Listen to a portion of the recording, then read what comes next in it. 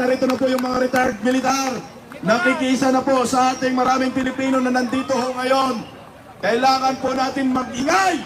Singilin po natin si Bongbong Marcos sa 129 billion pesos na ikinipinintang ginto. Idol! 129 billion pesos na 25 tons na bininta pong ginto. Bigyan po natin ang daan yan muna. Dito po yung ano natin, ito plato. Okay. Wag mo muna natin kuyukin guys. Si Captain Dado. Captain Dado, retired militar. Ari na ho! Yung humabol, yung sumasaho sa hamon ng bawat Pilipino. Captain Dado, Colonel Beltran, ang guerrilla fighters na nandito na po sa inyong harapan. Mabuhay po kayo, sir. Ay, ito, sir. Sir, dito tayo, sir. Kap, nandito po. Sino po yung una? Mabuhay ka, sir. Nandito na sila. Patay kung patay na daw. Colonel Beltran, ikaw na po yung mauna. Ayan na. Colonel Duterte. Ayan. Mabuhay po tayo mga Pilipino. Isang bagsak na. Duterte! Duterte! Duterte! Duterte! Colonel Beltran, Bira.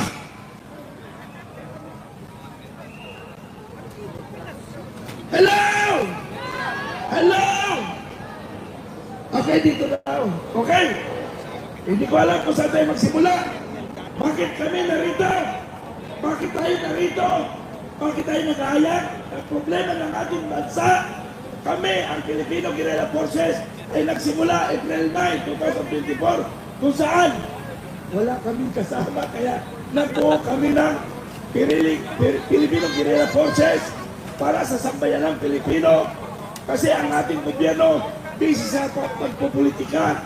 Kami, nag-isip kami, paano namin iligtas ang Pilipino sa ating mga mananakop sa ating bansa kung may sakali may papasok, ang Pilipino ay handa sa gera. Yun yung pinaganda namin. Pero yung gobyerno natin, anong ginagawa? Kurakot! Bakit kami narito? Bakit kami narito? Una, inubos ang kaban ng bayan. I-research ninyo ang mga ginto sa Central Bank sa pangalan, ayon sa aking informasyon, sa pangalan ni Bongbong Marcos, ang ating ginto. Napatunayan, di ba? Napatunayan, di ba? Bininta na. Bininta na, di ba? Ha? Wala na! Wala na tayong kayamanan. Ano pa ang gagawin natin sa bayan ng Pilipino? Dati, makakaliwa ang narito sa shrine. Kayo, lahat sila bayad. Lahat sila bayad. Lahat sila bayad. Lahat sila bayad. Lahat sila bayad. Magmula sa Supreme Court hanggang barangay. Bayad na. Sino kaya na nagtatanggol sa bansa? Taong bayan. Taong bayan. Taong bayan. Taong bayan. Taong bayan. Ang makapangyarihan sa ibabaw ng ating konstitusyon, sa ating konstitusyon, at 1987 konstitusyon. Okay. Pagod na, pero tuloy natin. Walang pwedeng mapagod. Ulitin ko po, ulitin natin. Kaya tayo nandito, nagsasalita sa harap ng sambayan ng Pilipino. Ang ibang natin sa sambayan ng Pilipino, hindi nila alam. Baka pagkising nila, wala na ang ating kayamanan. Wala na itong reservang kayamanan. Ubus ang pera sa Congress hearing. Ano na ba yung hearing kaya? Saan pa papunta? Bakit ang pilinis nila? Yung 100 billion pesos, hindi nila na-investigahan. Ano? Okay mga kabayan ko. Okay, isa-isayin natin ang issue ng corruption, abuse of authority. Nandito na ang Partido Komunista sa Pilipinas nasa Kongreso na, kasama na ni Tambalos-los. Sana hindi siya manalo sa darating na eleksyon sa Leyte. Sa Tacloban, hindi sana siya manalo para wala ng demonyo sa Pilipinas. Demonyo sa Pilipinas. Ang Speaker of the House. Siya ang salo sa lipunan. At ang ating First Lady, siya ang ating problema sa ating bansa Pilipinas. Dalawa lang ang demonyo at isa lang ang tanga. Sino ang tanga? Bongbong Marcos.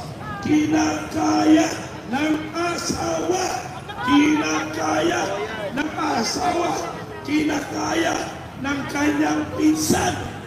Pinsan. Noong 1970s, 1980s, ang naghaharing pangalan, Marcos at Romualdez. Ngayon, Marcos at Romualdez pa rin.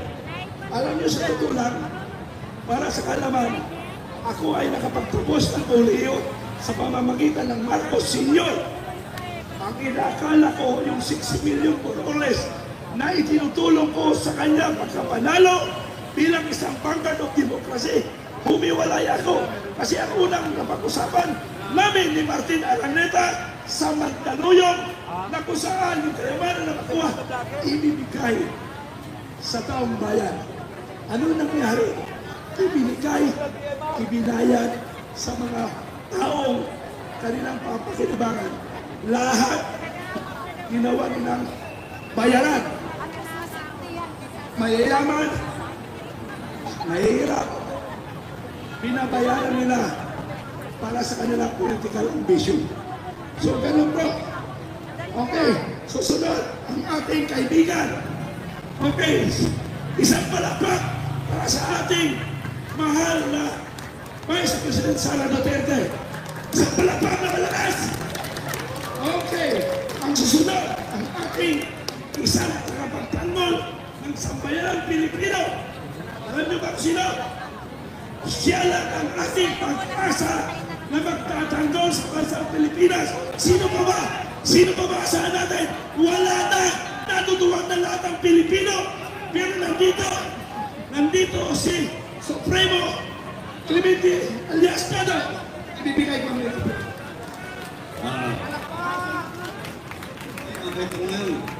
Magandang mga kasama. Eksunan, magandang gabi sa inyo lahat. Thank you thank you. At isang honor yun namin. Yung honor. Kasama namin yung mga commander ng Filipino Guerrilla Forces. Hawak na lang ng taas ng kumay nyo. Makikilala kayo. Mga nandito. At yung mga nakikinig na Filipino Guerrilla Forces all over the country. One time, big time. Okay, one time, big time. Tapusin na natin to. Tapusin na natin to. Kasi mali eh. Okay. Bakit tayo nandito? Ay, makakilala sa akin. Dato Enrique, PMA class 1983. First captain ng klase. Ibig sabihin nun, barumbado. Barumbado. South Ranger, US Ranger, Airborne, Nuke Development of Chemical Defense, Cook, Tunggan, Tanong, mga makitao.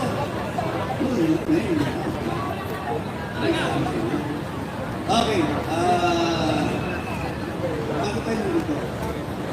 Kung tatandaan nyo, 2 taon noon, mula nito, may 10 tao sa ginang tapo.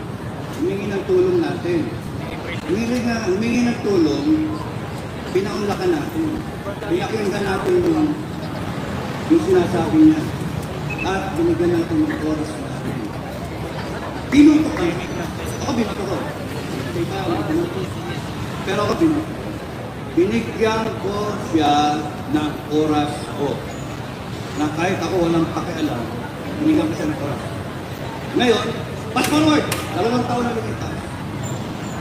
Bakit ako nandito? Bakit kayo nandito? O, bakit ka nandito? Natudol! O, natudol. Minus 1, 31, 8, 30,999,999. Minus 1, 39,999,990. Oh, ba't kayo nandito? Marcos Alex dyan! Ikaw, huwag naman. Yan mo na. Huwag naman. Diyan ka dito. Altik ko siya. Ngayon, ba't tayo nandito? Kami mga grupo ko, kaya kami nandito. Kasi gusto namin humingi ng oras sa kanya. Binigyan ko siya ng oras, binigyan natin siya lahat ng oras. BBM, bigyan mo ng oras ang taong bayan. 2 taon na lumipas. Masama ba yung magbigay ka ng oras para sa taong bayan? We are seeking redress. We are seeking redress for our grievances. We are seeking answers. We are seeking answers for whatever na kayo nararamdaman ninyo. Mataas ang bilihin. Yung bigas ng pangako. Sandama ka ng pangako ginawa, may pabahay. Nagawa ba? Hindi. Hindi. So, nandito tayo para gusto natin bigyan tayo ng pansin.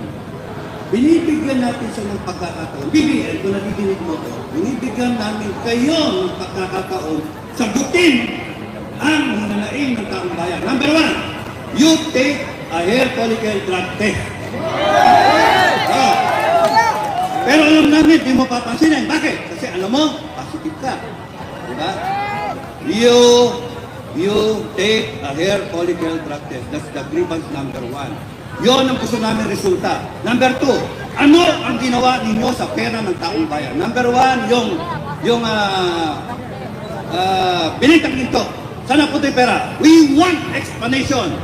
Ano yung nangyari sa PhilHealth Fund? We want explanation. Ano nangyari dun sa 1.4 billion na blood control program? Nagdumabaha pa rin.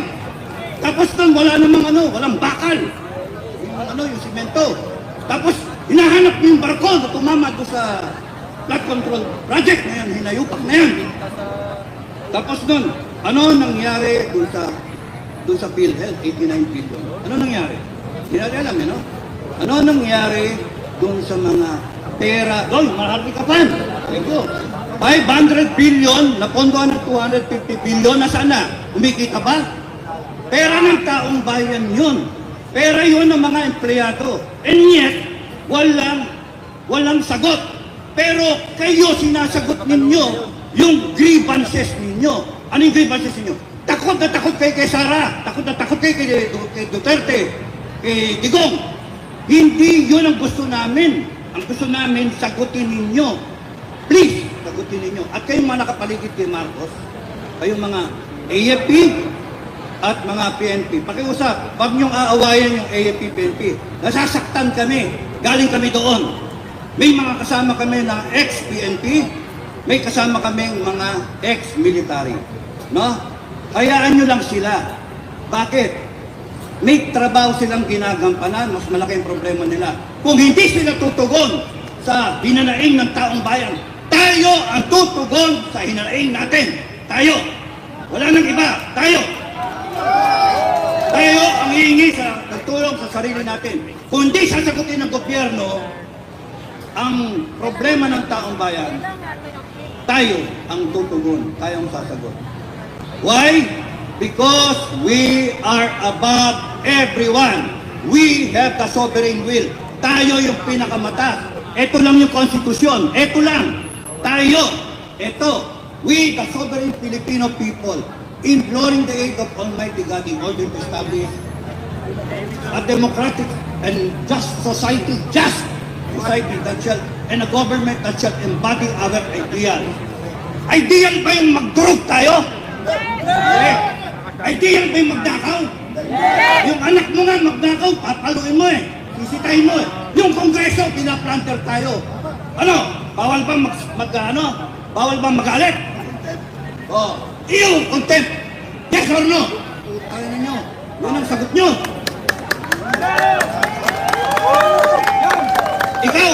Ikaw, kilala mo kung sino ka, convicted ka, nagko-contempt ka ng tao.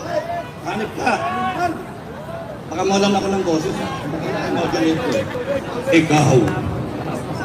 ikaw, oh, convicted ka, criminal. Anong ginagawa mo dyan? Di ba? Tala, may bukas ka rin. No? Kaya nga, hindi dapat na inaapi. And now, what you're trying to do, after the people are saying, lahat ng grievances nila, binabalik ka din yung konstitusyon. Ginagamit yung konstitusyon laban sa amin. Tama ba yun? Mali! Matangin na nasagot nyo. We, the sovereign Filipino people, do ordain and promulgate this constitution. Batas natin yon, kaya hindi kahit sinong Supreme Court, kahit sinong lawyer na hindi naintindihan yan, eh talaga, sorry, hindi nyo naintindihan. We, the sovereign Filipino people, tayo ang masusunod. We, the sovereign Filipino people, walang Pilipinas kung walang taong bayan. Walang gobyerno ng Pilipinas kung walang taong bayan. Walang konstitusyon kung wala yung taong bayan. Tayo ang nag-ratify. Isa ako sa nag-ratify. Ikaw, matanda ka na rin. Oh, nag-ratify rin to. Sino mga tatanda rito, mga senior? Nag-ratify kayo ng Constitution 1987. And we saw to it na meron tayong konstitusyon sa ngayon sa kagustuhan natin.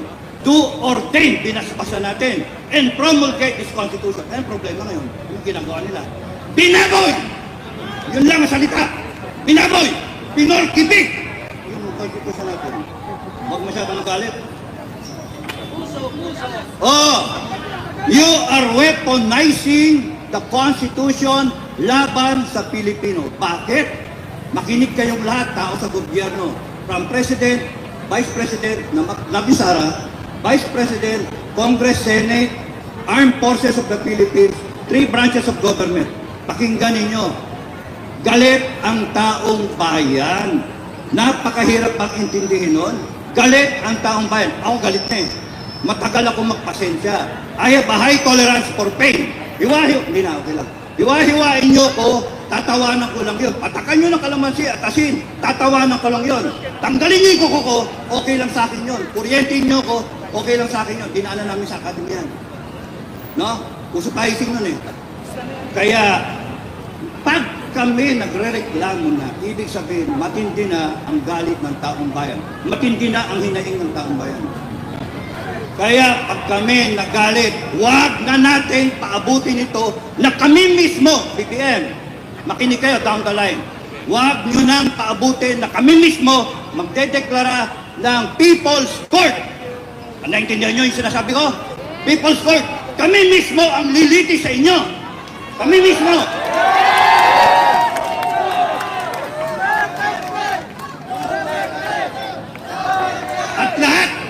At lahat ng nagnakaw, lilitisin namin.